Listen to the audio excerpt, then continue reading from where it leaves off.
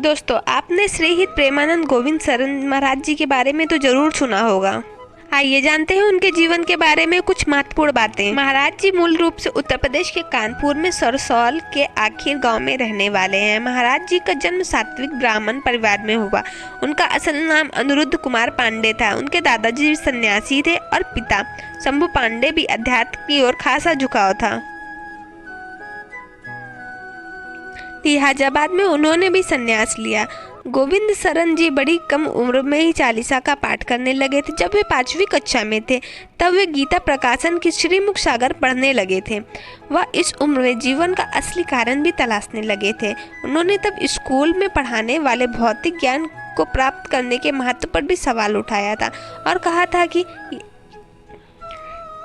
यह कैसे उन्हें अपनी लक्ष्य को प्राप्त करने में उनकी मदद करेगा। यही वह समय था जब वे श्री राम जय और श्री कृष्ण गोविंद हरे मुरारी का जाप करने लगे थे। तो उन्होंने तय कर लिया था कि अब वे अध्यात्म जीवन की ओर बढ़ेंगे, जो कि उन्हें ईश्वर की ओर ले जाएगा।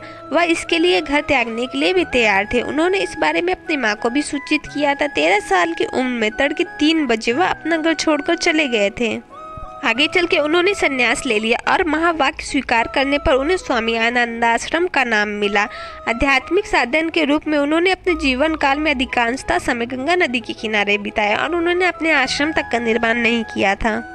एक बात यह है कि इस दौरान उन्हें ना तो खाने पीने और कपड़ों की चिंता होती है और न ही मौसम की वजह से कोई परेशानी होती। खराब मौसम हो या फिर जाड़े के समय में वह भी गंगा नदी में 3-3 बार स्नान किया करते थे। यही नहीं, यह कहा जाता है कि वह कई दिनों तक उपवास भी रखते थे और भगवान शिव की ही दया रहती थी।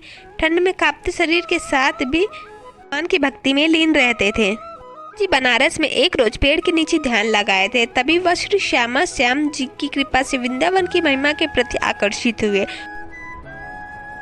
यहाँ से इनके जीवन में एक टर्निंग पॉइंट आया। एक शिष्य की मदद से महाराज जी मथुरा जाने वाली ट्रेन पर सवार हो गए और न जानते हुए कि वृंदावन मथुरावन में हमेशा के लिए उनका दिल चुरा लेगा। वह बिना किसी परिचय के वृंदावन पहुंचे थे, जहाँ शुरुआती दिनचर्या में वृंदावन की परिक्रमा और श्री बांके बिहारी के दर्शन में शामिल हुआ करते थे।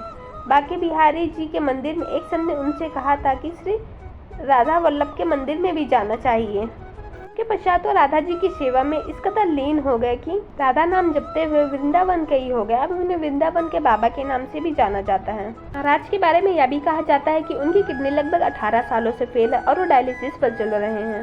डॉक्टर्स ने कहा कि आप अपनी किडनी निकलवा दीजिए, लेकिन महाराज जी का कहना है कि हमारी एक किडनी राधा है और दूसरी किडनी कृष्ण है।